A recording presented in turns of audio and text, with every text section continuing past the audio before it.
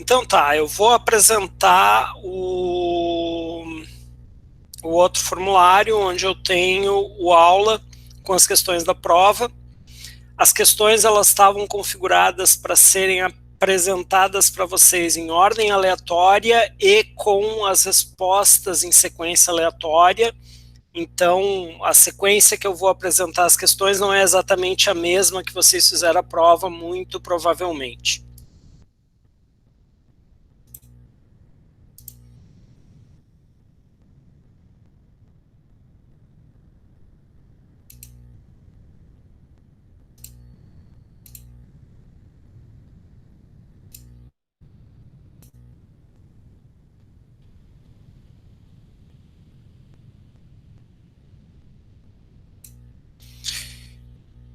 Estão vendo a tela? Posso seguir daí?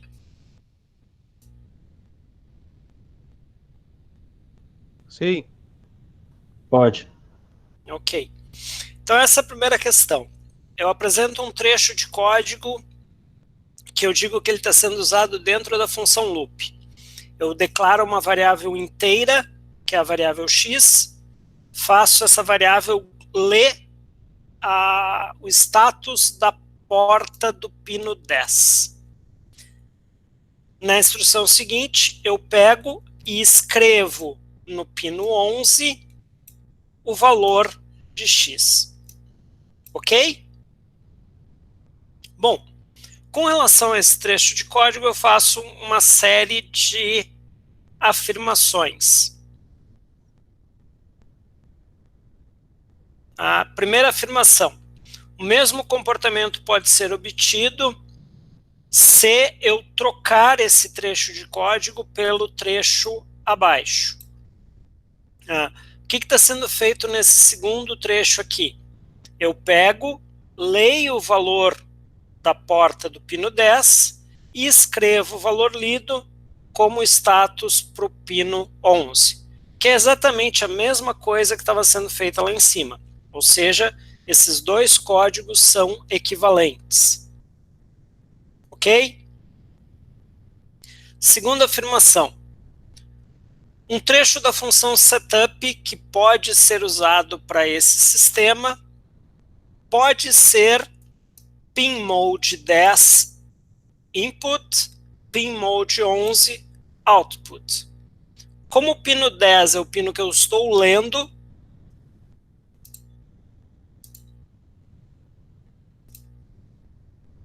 o pino 10 é o pino que eu estou lendo, então ele é um pino de entrada. O pino 11 é o pino que eu estou escrevendo, então ele é um pino de saída. Então, esse trecho pode ser o trecho do setup para esse programa.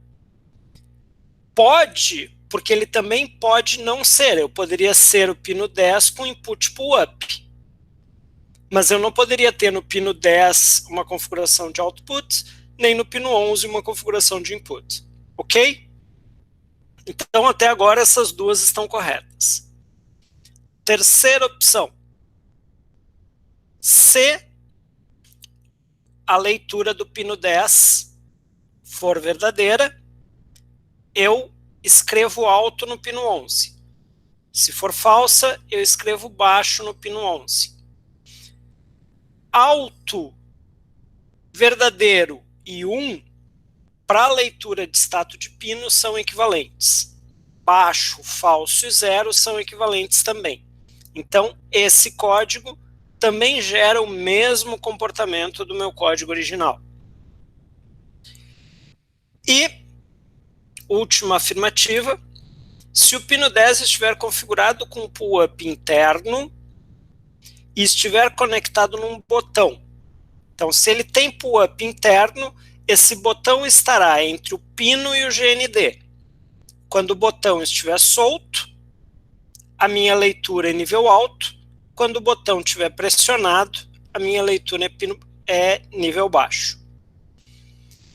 E se o pino 11 acionar diretamente um LED com um resistor em série para GND, o LED vai estar desligado, ou seja, o pino 11 vai estar em nível baixo, porque isso é o que vai fazer o LED ficar desligado, sempre que o botão estiver pressionado. Confere. Quando o botão estiver pressionado, a minha leitura é nível baixo.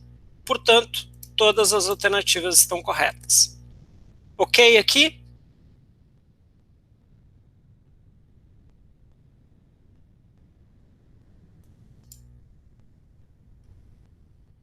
Ok. Então, Sim, ok. vamos para a próxima. Questão 2.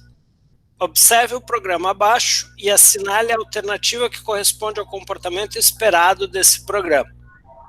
Então, nesse programa, eu estou configurando pino 2 e pino 3, respectivamente. 2 como entrada e 3 como saída. Tem uma variável global, estado, e ela é global porque eu leio ela tanto no setup quanto dentro do meu loop. Então, ela precisa ser compartilhada entre as duas coisas, por isso ela é global. E inicio o pino 3 em nível baixo. Dentro do loop, eu tenho uma variável de tempo, que é estática.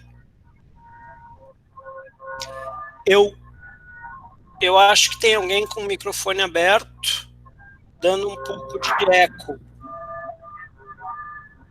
Opa, acho que é o... Ok.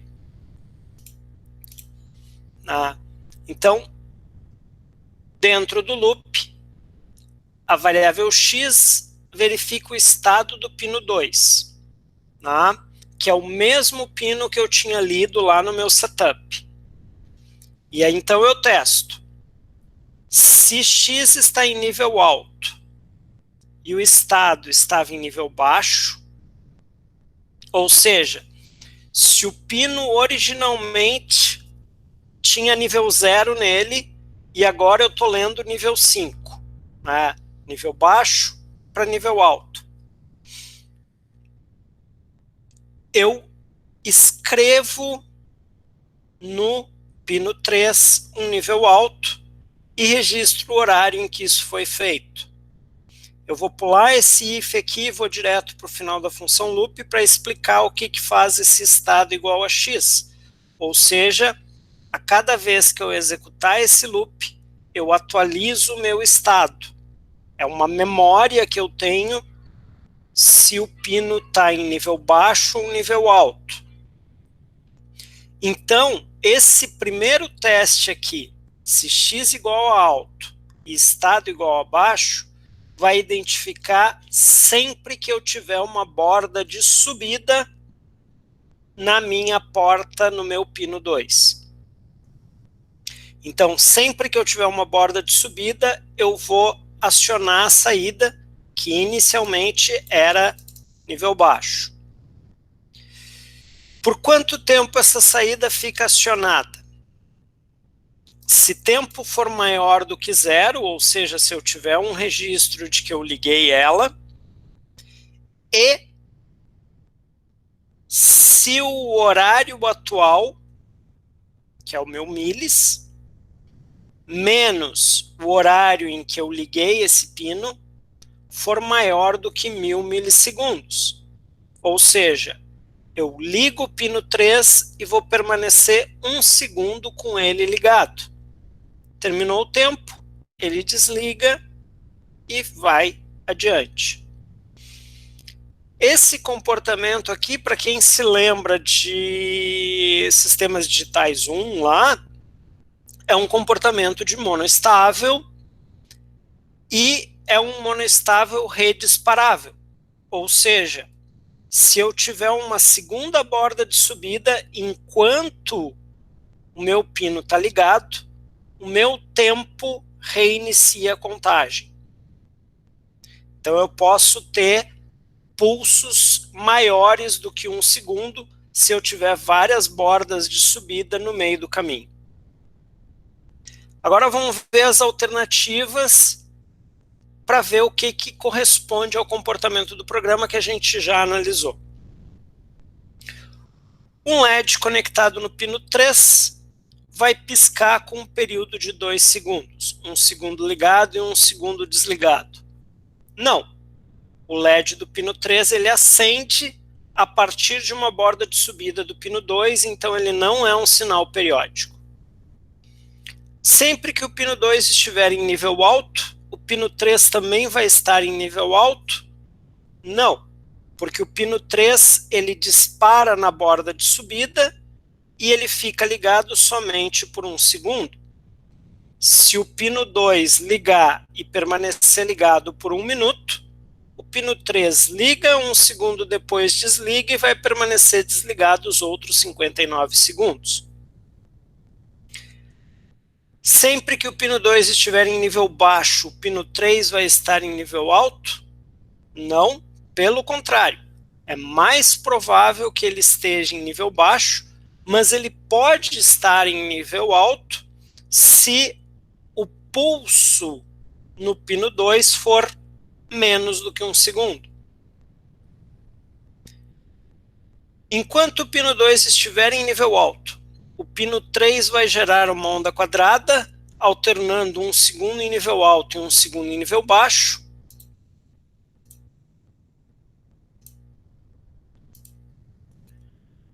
Não, eu vou ter,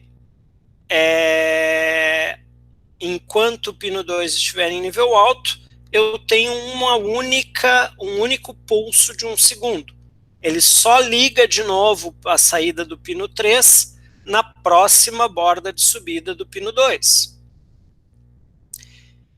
Até agora está tudo errado. Última alternativa. Se eu injetar um sinal de onda quadrada com uma frequência maior do que 2 Hz, ou seja, um período de menos do que meio segundo, portanto, eu tenho mais de 2 bordas de subida dentro do mesmo segundo para o resto da vida. Então, sim, nesse caso, o pino 3 vai permanecer em nível alto enquanto essa onda quadrada existir no pino 2. Porque ele vai religar, ele vai zerar o tempo em que ele ligou antes de completar o 1 segundo e, portanto, vai ficar sempre deslocando. Ok?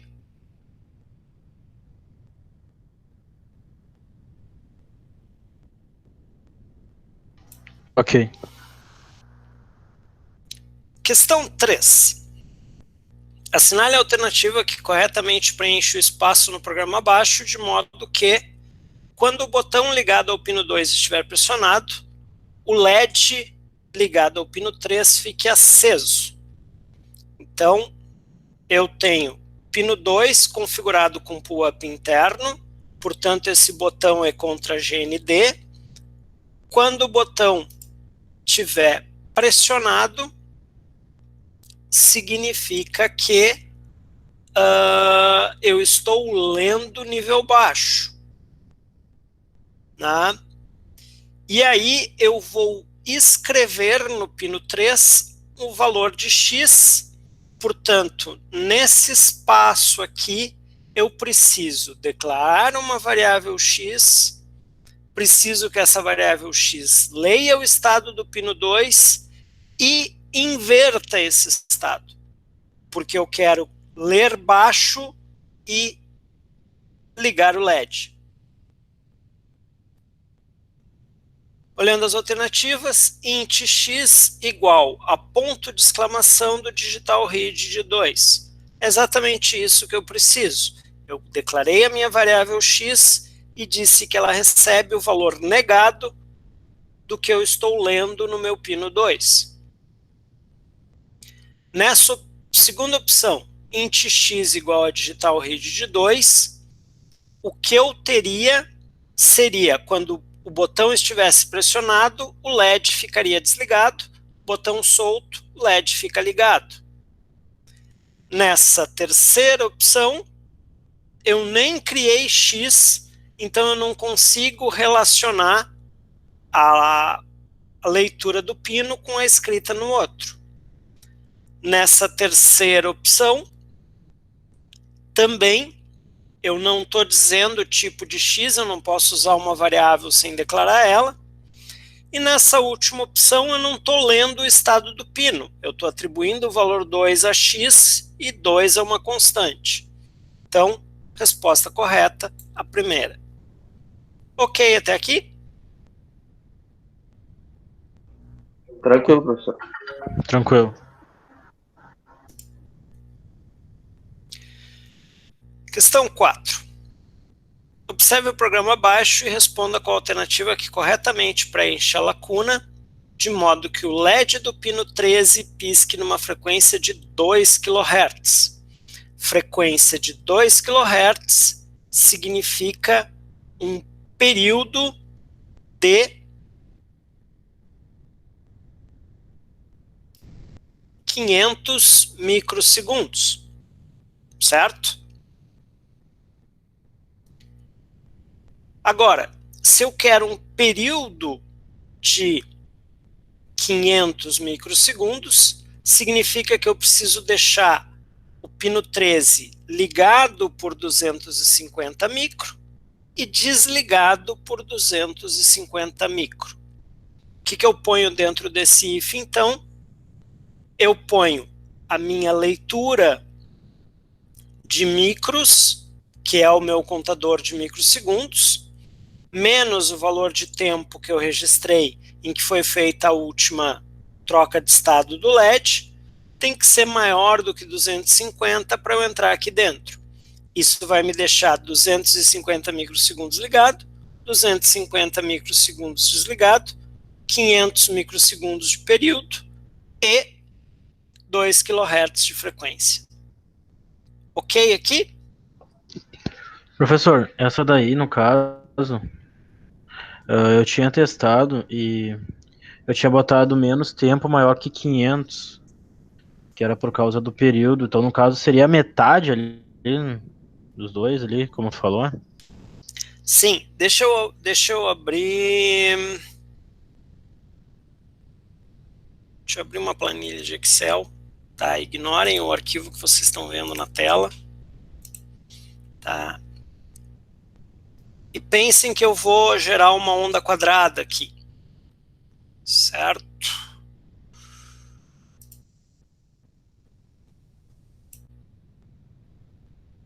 Então a minha onda quadrada começa em nível baixo,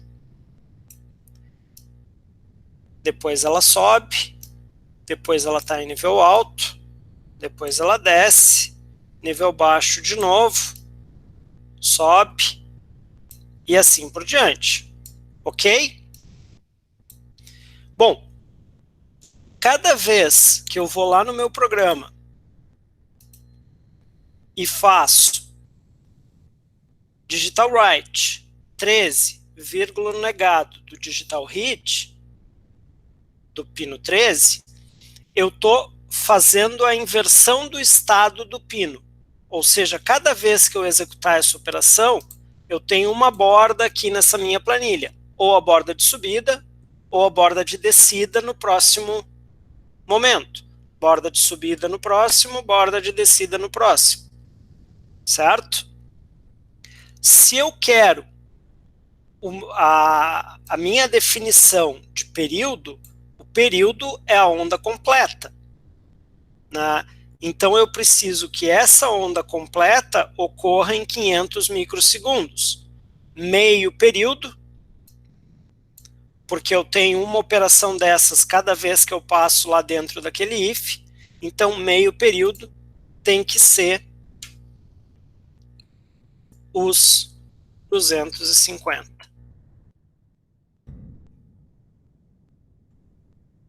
Para que o período inteiro seja de 500 microsegundos.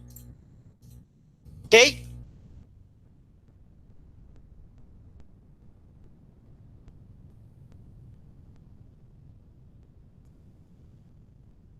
Ok? Vocês estão aí ainda? Sim, sim. Ok. Por isso, então, que a resposta correta é micros menos tempo maior que 250. Lembrando que, como micros é uma função, eu preciso sempre colocar ela entre parênteses. Micros e abre e fecha parênteses ali. É uma função que não recebe parâmetro nenhum. Podemos ir para a próxima? Desculpa, professor. Sei que parece ser uma pergunta mais ou menos assim, mas como é que tu pegou os 2 kHz e tu achou os 500 ali? Ok. Então, o período é sempre o inverso da frequência. Se eu tenho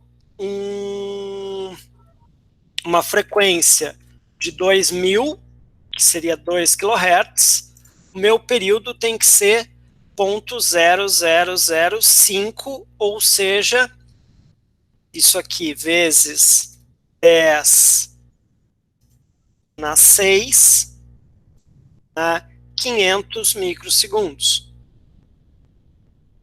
Então foi exatamente daí que eu tirei o meu período. Ok? Esse foi o problema. Eu coloquei 1000 ali. Aí fodeu.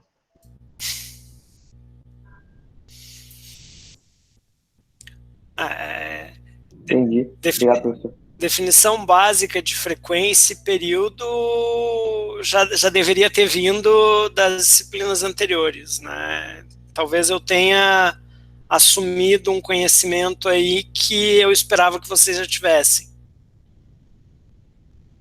Não é isso, professor. Eu fiz a mesma coisa que ele. É que eu para calcular ali, eu botei o 500, né? E na real era o 250 que nem tu mostrou ali. Daí eu também ficou bem confuso assim para mim. Assim. Ok. Questão 5, então. Com relação ao programa baixo, agora a gente começa a trabalhar com a interface serial. As primeiras 4 questões ali, na minha sequência, eram questões de entrada e saída digital. Como eu comentei no início, nem todo mundo já estava na sala, a ordem para vocês deve ter sido aleatória, então vocês não fizeram exatamente nessa sequência. Agora a gente passa para as questões de configuração de serial. Assinale a alternativa que mostra o conteúdo do monitor serial após aproximadamente 30 segundos de execução do programa baixo. Vamos entender o que o programa faz, então. No setup, ele só configura o baud rate da serial, e no loop, ele tem um delay de 1000, ou seja, um delay de 1 segundo. A cada 1 segundo, ele incrementa o valor de I, ele envia o valor de I pela serial. Esse I é uma variável estática que começa com valor 0, e quando chega a 10, ele volta a 0, e eu envio esse comando de println. Println é um print de nova linha. Após aproximadamente 30 segundos, então, ele vai ter passado 0, 1, 2, 3, 4, 5, 6, 7, 8, 9, 0, 1, 2, 3, 4, 5, 6, 7, 8, 9, 0, 1, 2, até um dígito desses a cada segundo, sendo que o primeiro é enviado no T0, então, em 30 segundos, ele vai estar no 30, ou seja, vai estar num 0 de novo. E como cada vez que ele volta de 9 para 0, ele quebra a linha, então nós teremos essa sequência aqui. Na dúvida, eu posso criar esse programa para ver o comportamento dele. Eu estou fazendo num Arduino conectado, mas eu poderia estar fazendo isso no Tinkercad, ele também me permite a mesma coisa. por mais que eu não possa copiar ali, porque o meu programa original está numa figura, o programa não é tão grande assim que eu não possa digitar ele.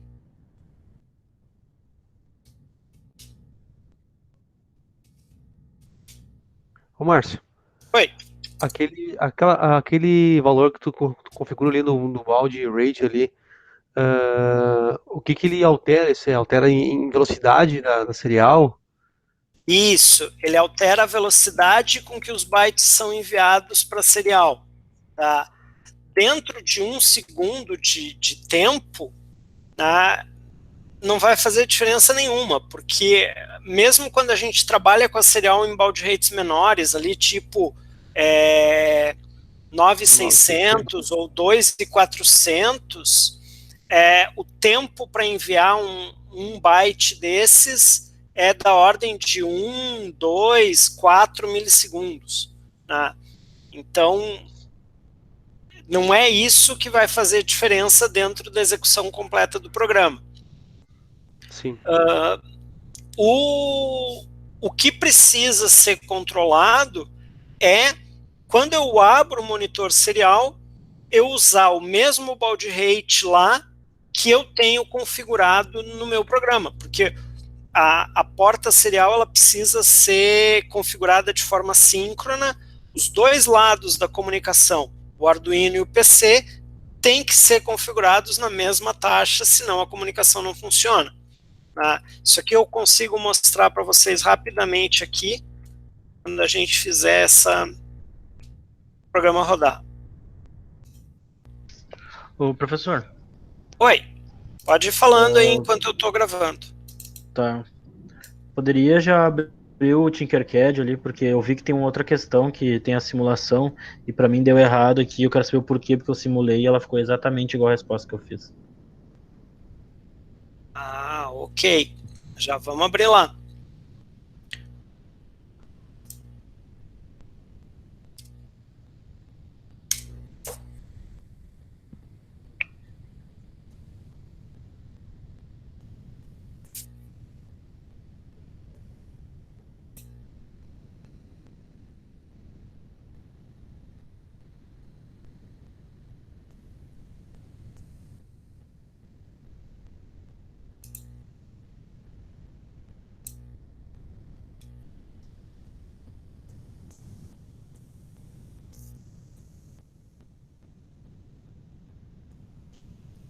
Deixa eu ver se o meu Arduino está rodando aqui já.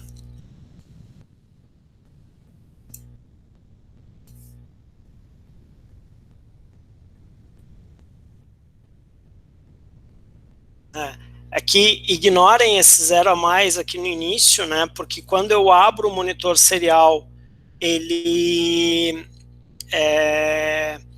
redispara o programa, e aí ele redisparou com a coisa pela metade, então por isso que ele acabou deixando um lixo na inicialização aqui no início.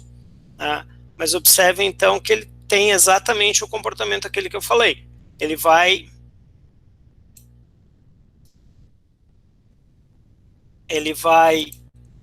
entrando um dígito a cada segundo.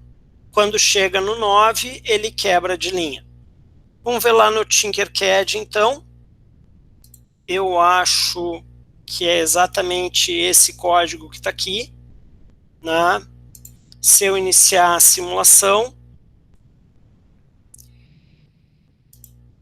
e o botão para mim está bem na frente.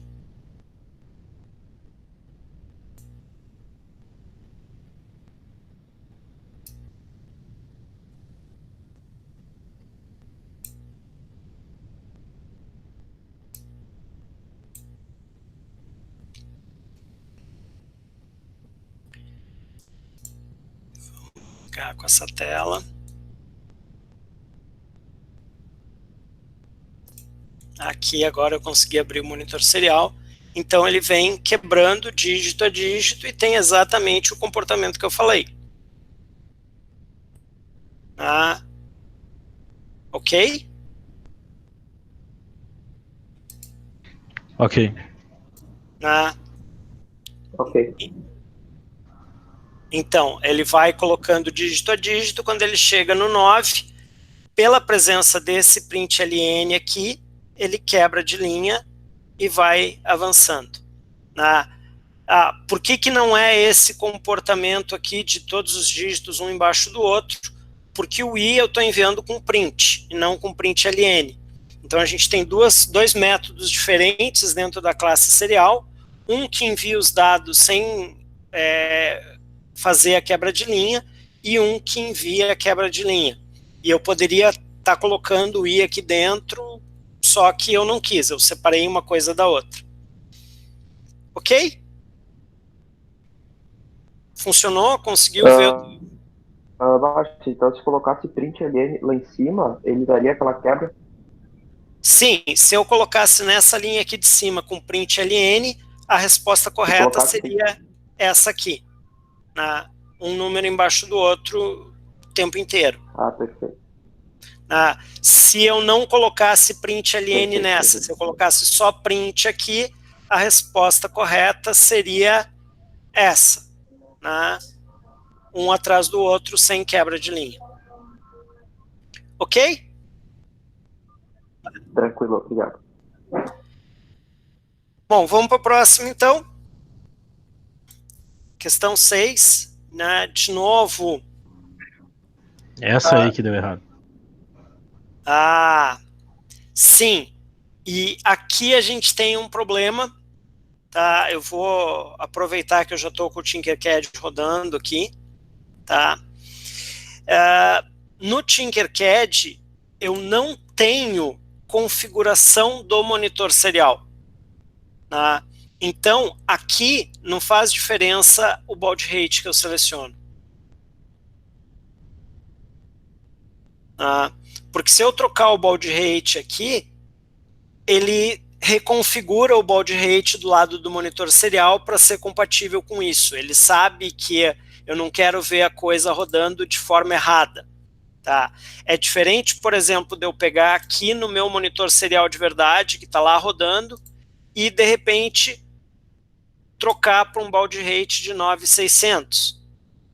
Que aí eu vou começar a ver lixo, porque o byte que eu estou recebendo, ele não está temporizado em 115.200, em 9.600, ele está temporizado em 115.200. Se eu trocar para um 23.040 aqui, ele quebra de uma forma diferente. Se eu trocar para 57.600, ele quebra de uma forma diferente. Se eu devolver para o baud rate certo, ele volta a receber na taxa certa e, portanto, ele volta a conseguir interpretar os dados.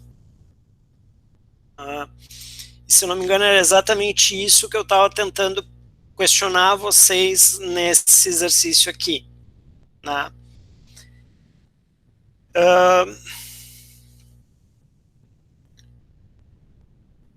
Então, eu tenho uma configuração aqui de baud rate de 115.200.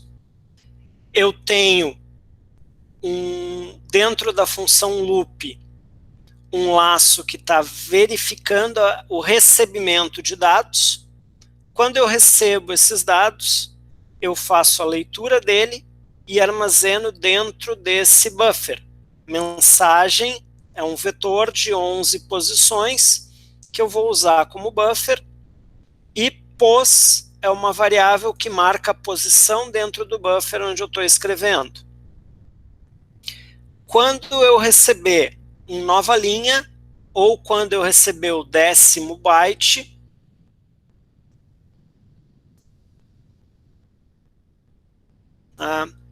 quando eu receber uma nova linha, ou quando eu receber o 10º byte, eu tenho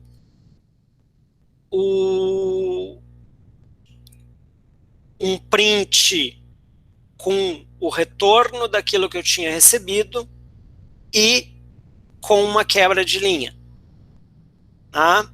E se o que eu recebi é diferente de /n, eu armazeno isso dentro da minha mensagem e vou incrementando a posição.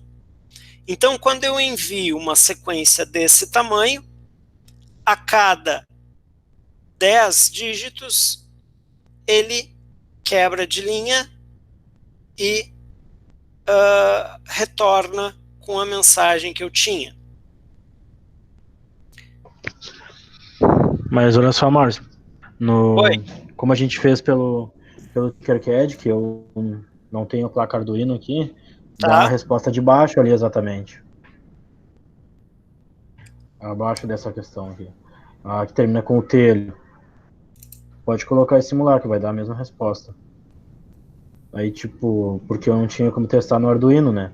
Sem ter a placa, não tem como usar a IDE no Arduino. Tá, peraí, só um pouquinho.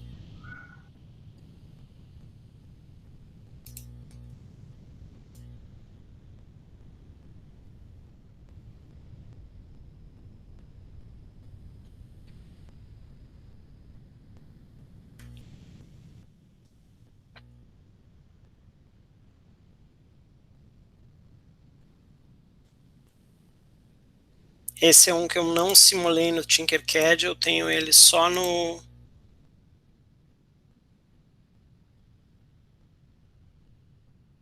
A gente está na questão...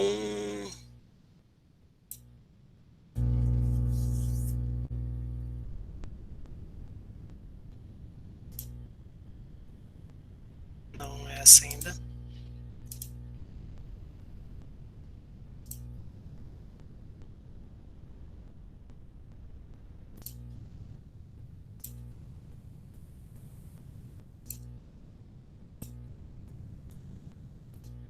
Essa aqui.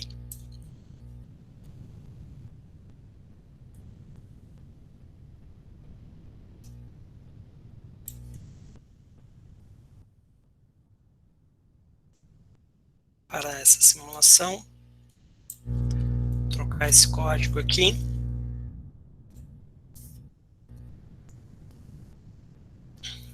Botar para rodar de novo. Tá? Não está recebendo nada no monitor serial. Tá? Se eu enviar qualquer coisa aqui, ele não está fazendo nada. Né? E aí tem a questão toda está aqui, ó. Essa configuração de new line, que no Arduino, ainda estou com o monitor serial aberto aqui, no Arduino eu consigo configurar isso, né? O que eu envio junto com o comando que eu estou enviando, né? Porque eu posso enviar o A sem enviar mais nada depois, ou eu posso enviar o A com a nova linha junto. Né? Deixa eu descarregar isso aqui na minha placa. Né? E aqui no Tinkercad ele não me dá essa opção, pelo menos... Ali é só tu apagar, professor. Oi? Só botar em apagar ali, ele vai limpar o que tinha no monitor serial. Não, isso sim. Aí é só tu botar para simular o novo, ele vai aparecer. Tá. Ele tá rodando esse novo aqui, mas a configuração que eu queria era essa configuração aqui de enviar uma nova linha. Observa a diferença. Deixa eu ver se eu consigo copiar do enunciado lá.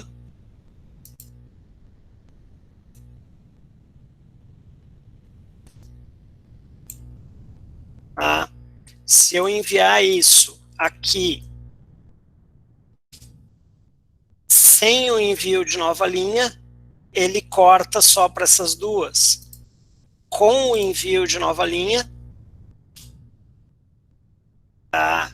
Deixa eu zerar ele para começar de novo.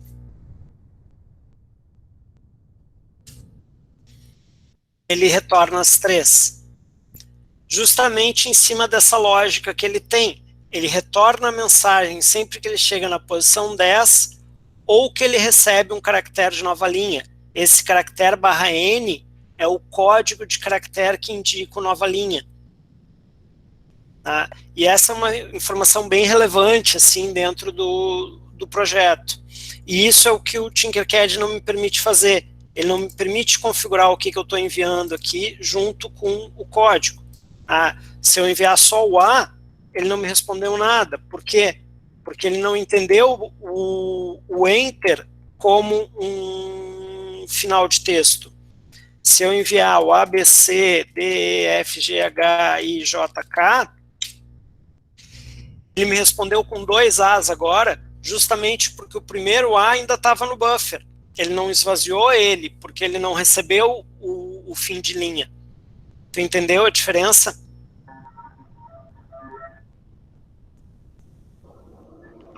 Sim, Márcio, só que eu não sabia dessa informação aí, entendeu? Então, tipo, eu simulei ali, deu o resultado, eu marquei a questão e agora me ferrei. Dizer isso é um pouco forte, né? Porque uma questão dentro de 10, porque a última questão ela tinha um peso maior, então significa 0,15 da tua nota final, né? Professor, mas agora a média é 7, né? Mais 6. Qualquer 0,1 pra mim é muito. Eu vou anotar isso como observação, eu vou revisar quem teve exatamente esse erro nessa questão e eu anoto. Não, A minha ok. também foi assim. Tá. Eu anoto como observação para arredondar a média de vocês no final por 0,15.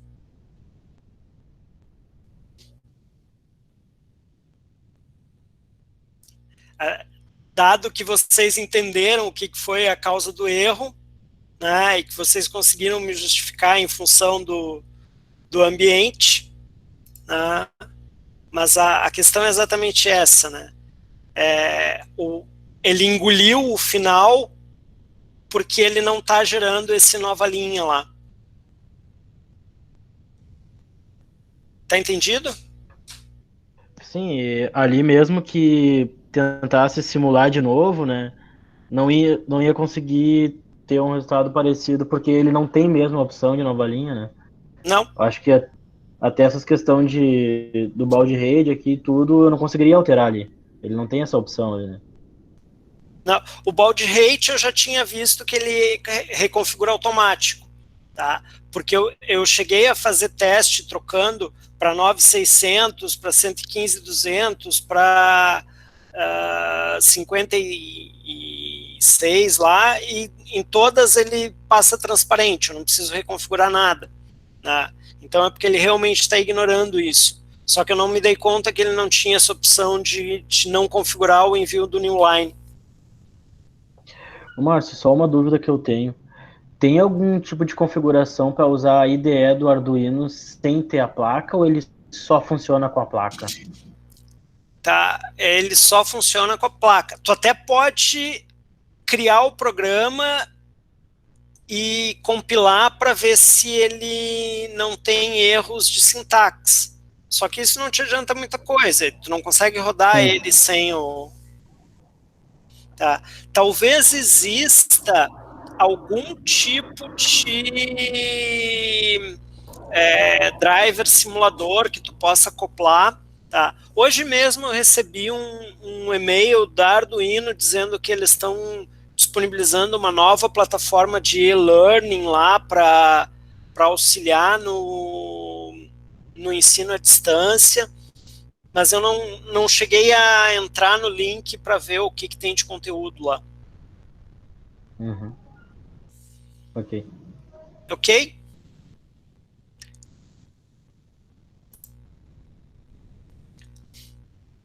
Questão 7, então. Observe o gráfico abaixo obtido com o plotter serial durante a execução do programa e assinale a alternativa correta. Tá? Então, eu tenho 3 formas de onda que estão sendo enviadas aqui, uma azul, uma em vermelho e uma em verde, que é essa pequenininha aqui embaixo. Tá? O programa, ele é um loop a cada 100 milissegundos, ele lê o canal analógico 0 ele lê o canal analógico 1, ele envia o valor do canal 0, o valor do canal 1 e o erro absoluto entre o canal 0 e o canal 1, a diferença entre os dois valores lidos. Separa por vírgula para fazer essa separação aqui das 3 séries que vão aparecer no plotter depois. Ok?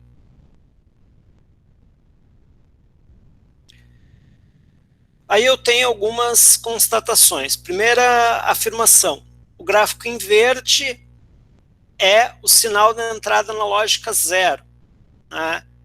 Bom, a sequência azul, vermelho, verde é a sequência das séries recebidas no plotter. Então, o azul é o primeiro valor recebido na linha, o verde o último valor recebido na linha. Portanto, o verde é o sinal de erro e não o da entrada analógica 0. Tá? Além disso, né, se eu não sei dessa informação e eu achasse que poderia ser na sequência oposta, então o verde seria a entrada analógica 0 e o azul seria o sinal de erro, tá? O gráfico em azul teria que ser menor do que o gráfico em vermelho, né? Dado que o erro absoluto vai ser sempre o y menos o x, porque o y ia ser bem maior do que o x nesse caso. Né? Então o gráfico azul teria que estar deslocado para baixo, e não é o que aparece. A gente consegue ver as pontas do azul lá por trás, e não consegue ver o resto justamente porque o vermelho está plotado por cima. Eles são muito próximos, são muito parecidos. Depois a minha segunda afirmação. Ao longo dos 50 segundos plotados na imagem, né, eu vou 1.600 a 2.100, são 500 amostras, uma amostra a cada 100 milissegundos, confere 50 segundos de tempo total.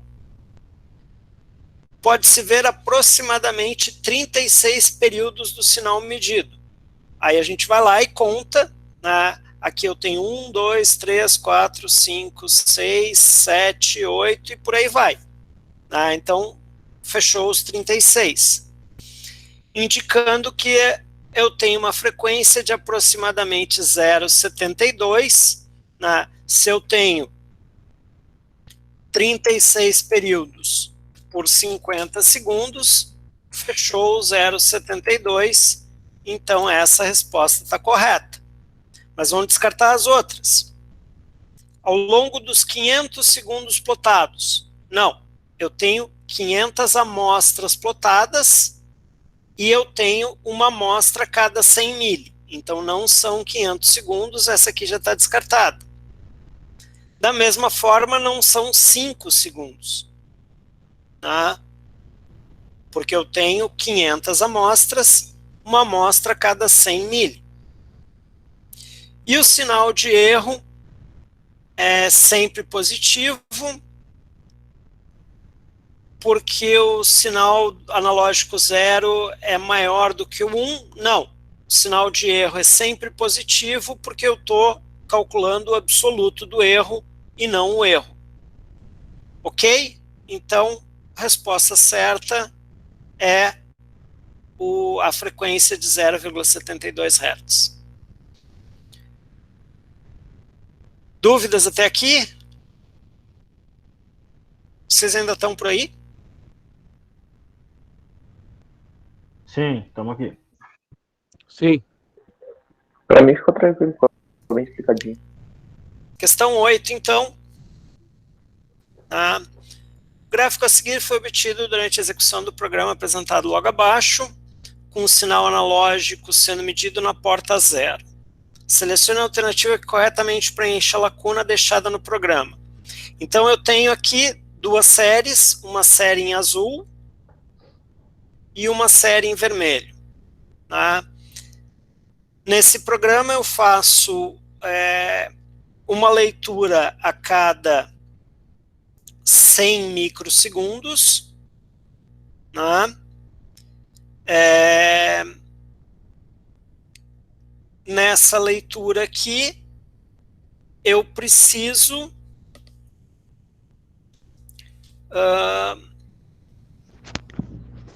receber o valor da variável x, porque esse valor da variável x vai ser a leitura do canal analógico.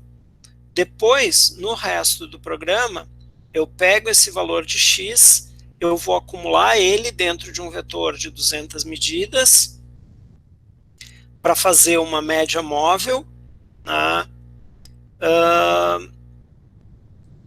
E as duas séries que eu ploto são x e a média do total dividido pelo número de amostras.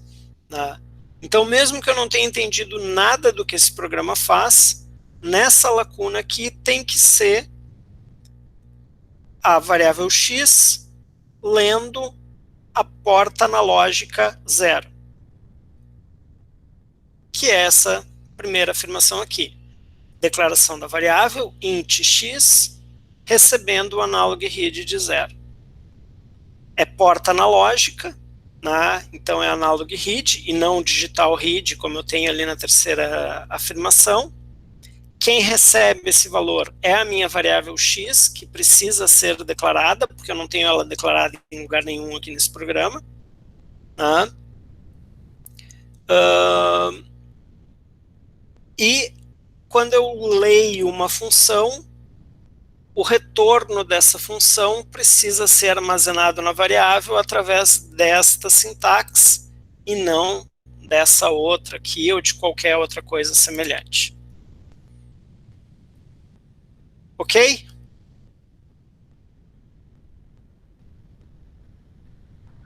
Ok. Para quem tiver interesse em estudar essa média depois, né, essa média ela faz a média das últimas 200 leituras, né, e ela guarda esse histórico de 200 medidas para que a partir da 200ª eu descarte a mais antiga para entrar com a nova medida. Então é um algoritmo típico de média móvel aqui, e por isso que minha curva em vermelho ela é quase uma reta, porque ela está calculando a média das medidas.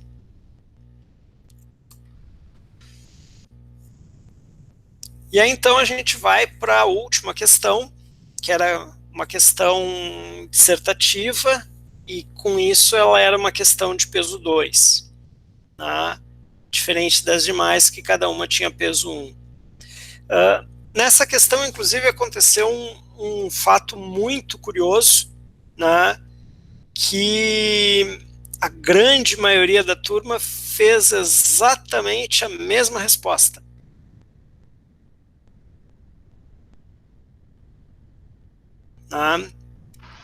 Pois é, professor, eu ia te perguntar ali que tu deu só 3 de 10 ali no caso, só que, sim, a resposta foi simples ali, multiplicou por 5 ali, e o que o senhor esperava mais ali, porque é o resultado que pediu na questão ele deu, que seria aumentar ali para 10,2, né?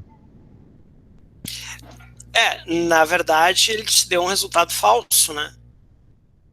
E o que eu esperava de vocês é que vocês estivessem entendendo esses valores para saber que quando eu troquei o meu tempo final, simplesmente trocando o valor numérico, né, eu não estou trocando o intervalo de interrupção. Seria como se eu pegasse um conjunto de alunos que tirou 2 na prova, né, e multiplicasse a nota deles sem rever as questões que eles fizeram. Tá? Ou, pegando um exemplo do nosso horizonte de pandemia lá, né? Eu estou medindo um cenário de 10 mil infectados, né?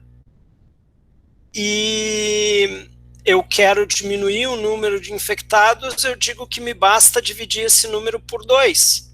E aí eu passo a ter 5 mil? Não, eu não passo a ter 5 mil se eu dividir o número por 2.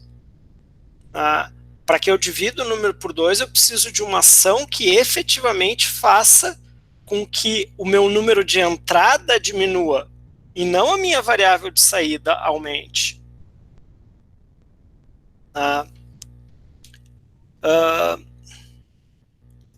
Eu vou pegar no meu código-fonte aqui.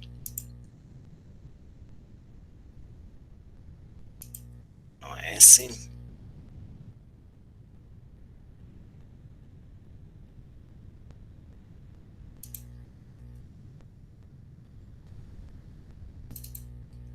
É esse aqui. O que acontece? Eu preciso que a minha interrupção ela ocorra a cada 5 vezes que o sistema original for interrompido. Deixa eu botar os códigos lado a lado aqui para a gente conseguir comparar melhor. Observe o seguinte. No meu código original, eu tenho uma interrupção a cada 2.04, certo?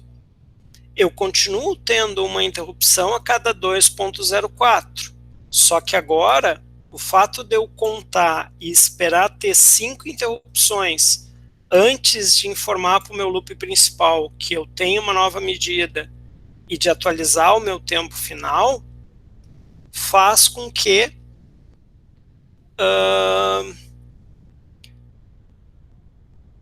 eu gere a informação final a cada 10.2 milissegundos. Eu simplesmente multiplicar o valor armazenado por 5 vai me dar o número aqui na saída, mas ele vai continuar cuspindo esse número a uma taxa de 2.04 mili. Não é isso que eu quero.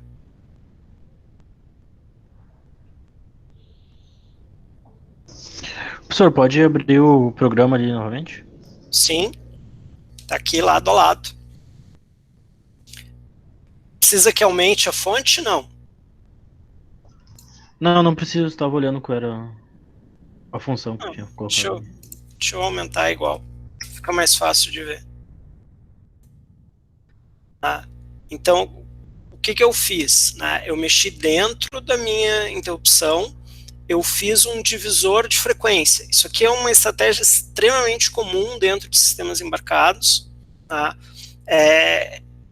Isso aqui seria o equivalente a criar um pre-scaler em software. Se a gente pensar em sistemas temporizados que operam com uma frequência baixa, a gente não tem interrupções muito lentas. Então a gente precisa fazer um divisor em software para conseguir dar o tempo. Então, o que eu estou fazendo aqui é isso. Eu crio uma variável de contagem que ela começa com 0. Cada vez que eu interrompi, ela soma 1. Quando ela chegar na 5ª interrupção, significa que eu dividi a minha frequência original por 5, ou seja, multipliquei o meu período por 5, que é o resultado que eu quero. Este é o momento em que eu preciso interromper. Então, tudo que era feito na minha interrupção original, setar o tempo inicial para o horário da interrupção anterior, setar o tempo final para minha leitura do cronômetro interno lá em microsegundos, indicar que eu fiz uma nova medida, Então, tudo isso é feito somente quando der a quinta leitura. Na quinta vez que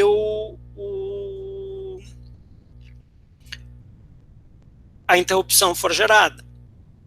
E eu preciso de uma operação a mais, que é zerar esse contador, para que a próxima vez que ele entre aqui seja na próxima, daqui a 5 interrupções. Então ele zerou de novo, daqui mais 5 interrupções, ele entra aqui de novo, daqui mais 5 interrupções, ele entra aqui de novo, e assim por diante.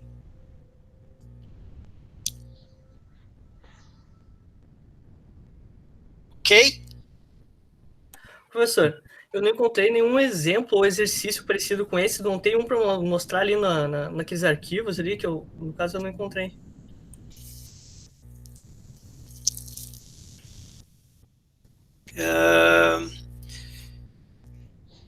Tu Que os diz... que eu vi lá, eles geralmente mexiam com void setup ou void loop, nenhum assim que mexia com esse timer ali em cima, sabe? Antes do void loop ali no nossa questão pedia, né, para mexer sem mexer no setup e no void loop.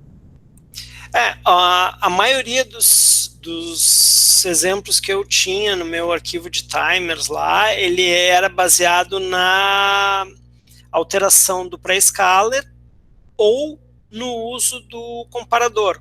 Mas eu acho que eu tenho um exemplo, tá? Eu não sei se eu estou com ele aqui. Deixa eu interromper o compartilhamento para procurar e eu já retorno.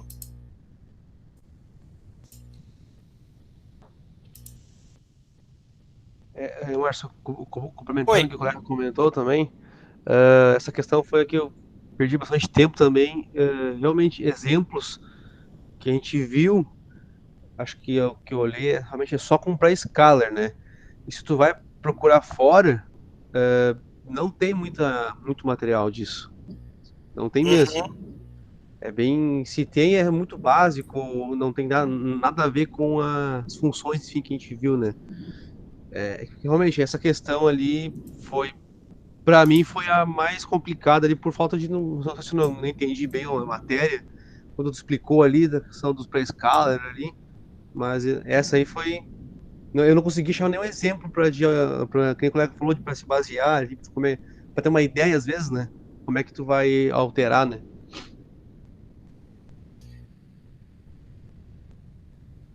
Tá, deixa eu ver aqui só um pouquinho que eu estou procurando o meu arquivo.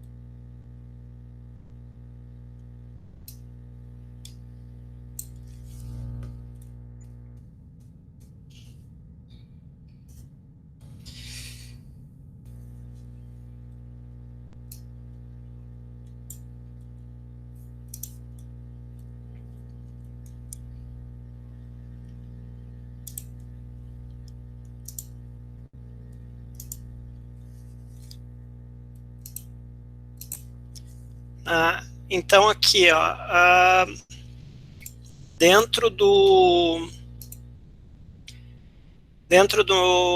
aula, eu tenho no material de apoio de timers lá uma série de questões propostas. Tá? Uma dessas questões propostas é que essa questão 9, eu só não tenho a resposta dela, mas ela está lá na orientação. O que ela pede? Utilizando como base uma interrupção do timer com um período de 3 segundos, implemente o software que inverta o estado de um LED a cada 30 segundos.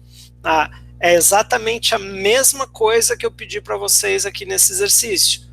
Utilizando como base uma interrupção do timer com um período de 2.04, implemente um software que interrompa a cada 10.2. Ou seja, nesse exercício 9 eu pedi para que a interrupção, ou para que mudar o estado do LED acontecesse a cada 10 interrupções, e nesse exercício da prova, mudar o estado do LED, ou no caso, sinalizar pela interface serial a cada 5 interrupções. É exatamente o mesmo conceito, é o mesmo exercício, né? Só que no material eu não tinha ele corrigido. Né? E acredito que ninguém tenha chegado a tentar fazer ele, porque eu não recebi nenhuma pergunta, nenhum questionamento sobre isso, né? Isso é verdade, professor, não sei os outros, mas eu, por exemplo, tenho uma série de exercícios ali, né? Eu pego, escolho uns 3 ou 4 que eu acho diferente e faço. Por exemplo, talvez até uma sugestão seria colocar alguns 3 ou 4 como prioritários, porque eu não tenho tempo de fazer todos, né? Eu tento fazer os que eu acho importante ali, né? Se eu percebesse que era importante, eu faria, né? Mas, ok. Claro, claro. Não, a gente está num processo de amadurecimento do modelo, tá? Isso é normal e inclusive, a minha ideia quando eu comecei a criar o site com algo passo a passo, era já ter com as soluções desses exercícios que são os mais chaves e os mais significativos. Né? E esse aqui certamente seria um dos que vai vir respondido num futuro próximo. Né? Só a única coisa é que a carga de trabalho que essa dinâmica está nos gerando é bem grande, né? Então, eu ainda, essa semana, inclusive, eu nem consegui evoluir aquele site. Eu estou envolvido com outras coisas, com outras provas, com outras disciplinas. Boa parte dessa turma está comigo em circuitos também, deve estar vendo lá a correria para botar no ar a AP1. Então, ele vai ir sendo amadurecido ao longo do semestre para a gente chegar lá no final com uma base bem significativa que vocês possam voltar a consultar no futuro, né, e que vocês possam ir acompanhando. Né. Mas o objetivo sempre é estar desafiando vocês a exercitar algo diferente, a mostrar que aprenderam alguns conceitos e que sabem aplicar isso. Né? E essa aula de feedback ela é importante justamente para que aquilo que vocês não tinham conseguido até aqui, vocês consigam recuperar e numa próxima prova, uma situação semelhante, vocês saibam resolver. Né?